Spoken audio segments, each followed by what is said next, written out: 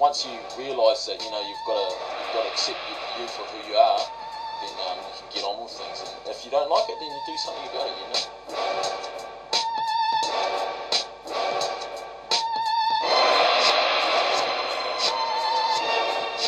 Chubby guys, for me, don't do it. But really, really muscly bodybuilder type guys that also control too much. I do bodybuilding for myself, no one else. I don't think it's something that's really accepted and something that's that attractive in the general population, really. So it really is just for myself. Nothing on this body moved at all. It's just like yeah. I like six pack, but when you're kind of like just bursting out your clothes, no hold.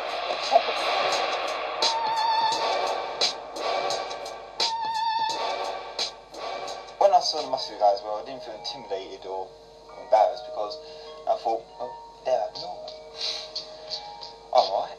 I think my body is unique. It is skinny, and I don't mind because I've got enough meat on me, I think. Body isn't an issue for him. Like, he doesn't care. He's slim, skinny, and he's proud of it.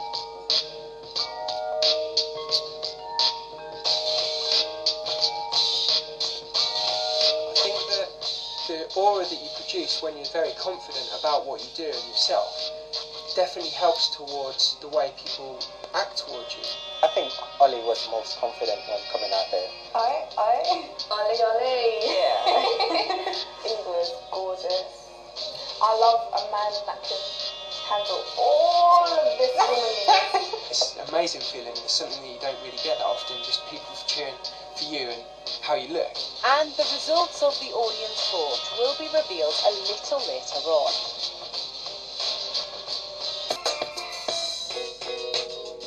Our boys had the balls to get their bodies out, but pressure is mounting for other lads to change theirs. Is it images of fit men, or maybe the fit girls drooling over them, pushing gym memberships to an all-time high? I think guys feel the pressure to look good more than they have ever done in their lives. What marks a man now isn't how many pints he can drink before he falls over. What marks a man now is does he look after himself? Is he in decent enough shape?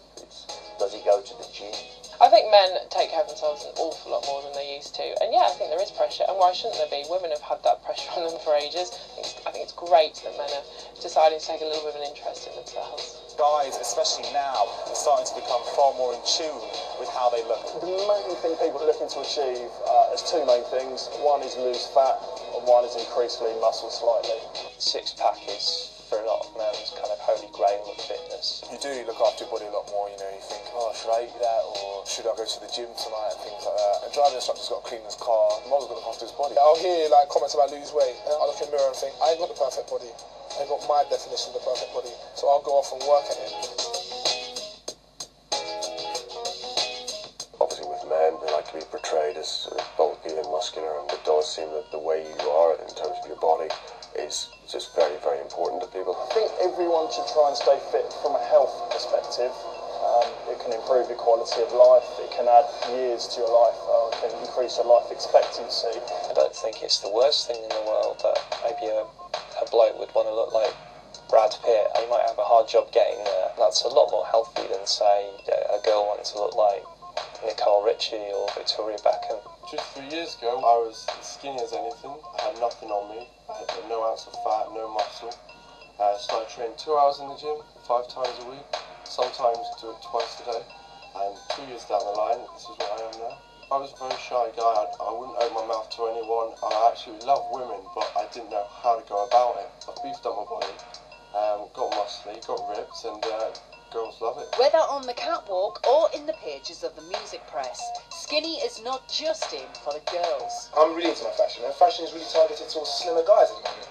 You look on the catwalks these days, everything's going skinny. We're going skinny jeans, skinny shirts, pointed shoes, and all these things are targeted at people that are a lot thinner. I think it's hip to be skinny now, definitely, and also wear a bit of eyeliner as well. The new skinny boy trend is a trend like every other trend. It doesn't really stand for much other than that's what blokes are wearing at the moment. Give it 4 weeks, it'll be something new. If people were watching their weight in order to fit the indie trend, I'd tell them not to bother. Rock and roll isn't about watching your weight. Rock and roll is not really about caring what you look like. It's about going loopy and having a great time. It's about kicking against the and sticking it to the man. You don't do that by trying to look like a top man model. So, pressure on guys may be having some positive influence if it's encouraging a healthier lifestyle. But skinny celebrities and catwalk models have been accused of having devastatingly negative effects on girls. Rhodes Farm is a residential clinic for eating disorders. If you haven't had an eating disorder, I really don't think you can understand it in any way. I used to think that you could never be too skinny. I just thought, I can get skinnier and skinnier and skinnier. I've got that little bit there left to go, and once that's gone, I'll be getting more and more closer to my goal. I think it's just the biggest misconception is that people just do this to be skinny. For one person, it might be that they were bullied at school, or somebody made a comment about their weight and they started to diet and lose weight. For somebody else, it may be that they were just miserable. Yeah, everyone says to me, just eat, and I would if I could. I really want to be able to, but I can't. And it's that can't that sort of we're trying to get rid of, I guess. Lots of research has been done into the causes of eating disorders, and there does seem to be almost like a predisposition. In other words, it's almost your nature. You are born with a susceptibility to things like psychological disorders, and that is what eating disorders are. Everyone eating disorders are different. Everyone's got their own different factors to it and reasons for starting. So for me, it's kind of a control thing. It sounds like the classic thing, but it was because it was only you can never decide that you put in your mouth and what you do and don't eat. The food you take in basically are the building blocks and the energy that you need for all the processes in the body. And if you're not getting those building blocks, then those processes are going to be interrupted. They present with good periods, they've lost their fat and also lost muscle as well, because after the fat you lose the muscle, and then the internal organs have lost muscle too. Your eyes go dull, your skin goes grey, your hair goes lank, you just get knackered all the time. Yeah, your hair falls out. That's not perfect. There can be no doubt about the horrific effects of eating disorders, but there is some debate over their root causes.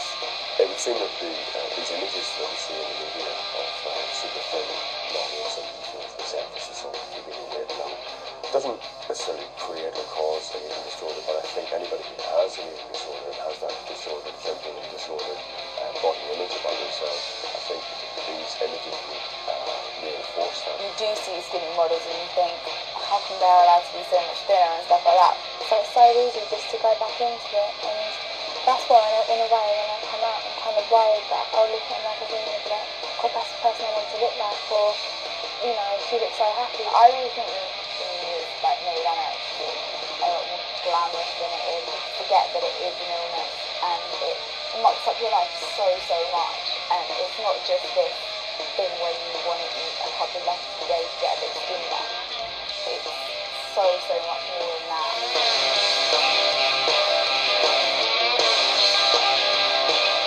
Anorexia can be fatal. I've known people who've died of anorexia. I'd sort of resign myself to the fact that I could well die, and you don't care. You kind of, because what it does to you is it brings you that low that you kind of think, I don't care if I live or die anyway, because I feel so crap right now that I really don't care. You look in the mirror and the person staring back at you isn't the scary thin skeleton that everyone else is seeing. It's something different. It's still you, and it's still got too much weight on it, and you're thinking, you still need to lose a bit there, you still need to lose a bit there, and no one else can see that, but you can. So whilst it can be argued that skinny images in the media may not directly cause eating disorders, they have been proven to intensify an existing problem. Unsurprisingly, the fashion industry has received most criticism for its use of super skinny catwalk models. But how are models scouted? What I look for is uniqueness. Something that when you turn a page of a magazine, you're going to stop and look at, because that's what the advertisers want. They want their product to be noticed. It could be extreme classical beauty, it could be extreme quirkiness, but something that's inspiring, something that makes people feel like, I want to be that, I want to look like that. I'll sort of zone in on the taller ones approaching, and then I'll sort of start looking at their faces and seeing if they're right. The face has to be the first port of call, because if the face isn't right, then nothing else is going to work. But once we've seen the face, we do need to look at the physique. Excuse me, I'm a scout for Select Models, and I just think you've got a lovely face for modelling. Is it something you've ever thought about? Sometimes the plainest seeming girls, or the ones with really weird things going on, can be really stunning, and then the prettiest girl at school, or the one that all the boys fancy, isn't necessarily what we're looking for.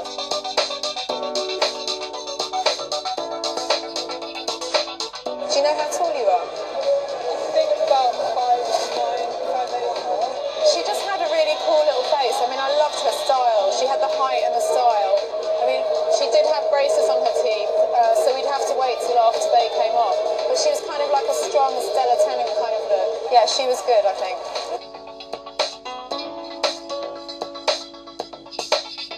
I'm just going to take a quick Polaroid picture of you, if that's all right. Well, she was a good example of a girl who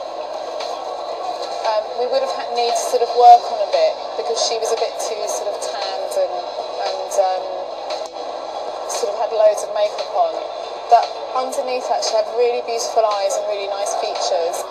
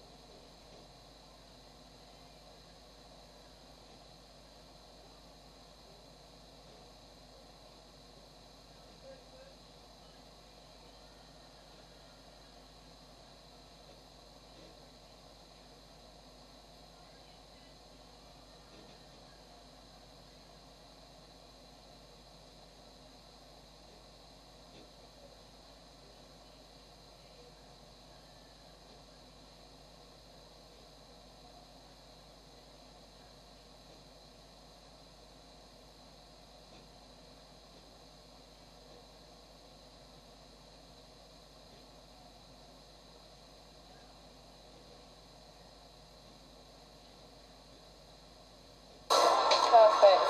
Have you ever thought of modelling? She was quite young, but she was already tall for her age, so what we would do is just get her to start looking more natural, and then I think she'd be really good for the teenage market. Alright, thanks a lot, Megan. See you. People don't realise that to be a successful model, it isn't just about what you look like. I've had found the most beautiful girls, but if they don't have the charisma and the style and the kind of something to give in front of the camera, it won't work. So it seems you need a certain something to catch the eye of an agency. But what is the fashion world like when you get there? In part 3, we lift the lid on the fashion industry. They exist on champagne, cigarettes and Evian. Ask if the catwalk needs to change. Give us something decent to look at instead of the same images over and over, because I don't know about anybody else, but it's boring to me. And find out who our audience think have the best bodies, as our 20 models feel the love.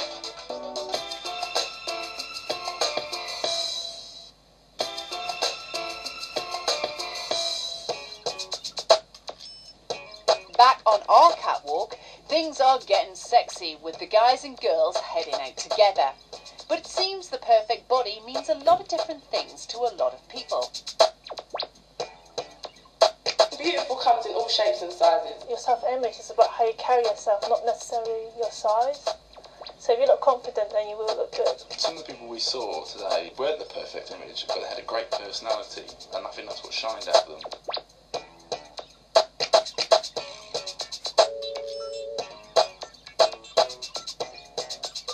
Perfect boy's body would be humongous shoulders, something to grab hold of, and nice big legs. Muscles are important because it shows that you're fit and healthy. For me, still beauty is going to be as big as possible and as most masculine as possible. If I decide something's beautiful, it might not be beautiful to someone else. For example, big boobs. Then that's what I like.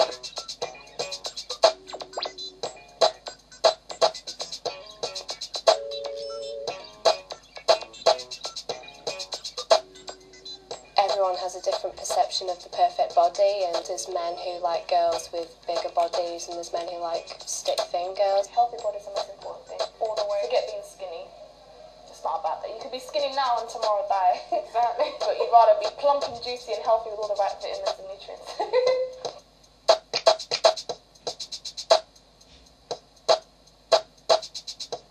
The last girl had a similar shape to me, and everyone liked her, so I felt kind of good afterwards. The show proved that it's nice to have curves, to have breasts, a bum. You can't all be the same. It's like when you walk down the high street and everyone's wearing the same clothes. It looks boring. You need variety.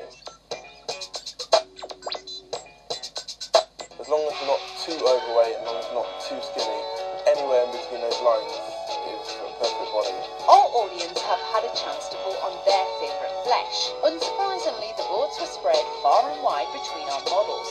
The majority of girls thought Natalia had the best girl's body and Martin had the best body from the boys lineup. But the guys' vote saw Ollie and Jennifer come top. So it seems our viewers think there is no such thing as the perfect body. We're all different and all like different things. Variety is the spice of life after all. Everybody has got their little issues, and everybody has perfections and imperfections, and sometimes it's the imperfections that make them look fantastic. I think increasingly these days the perfect body is the body that doesn't freak you out. You've got to be happy and healthy, and you can be happy and healthy at all different sizes. Looking for a body mass index between 20 and 25, having an overall balanced diet, getting enough exercise. I think that's as close to a perfect body as anybody really could hope for. There is no denying that we live in a society obsessed with image, and we are never going to stop looking at each other.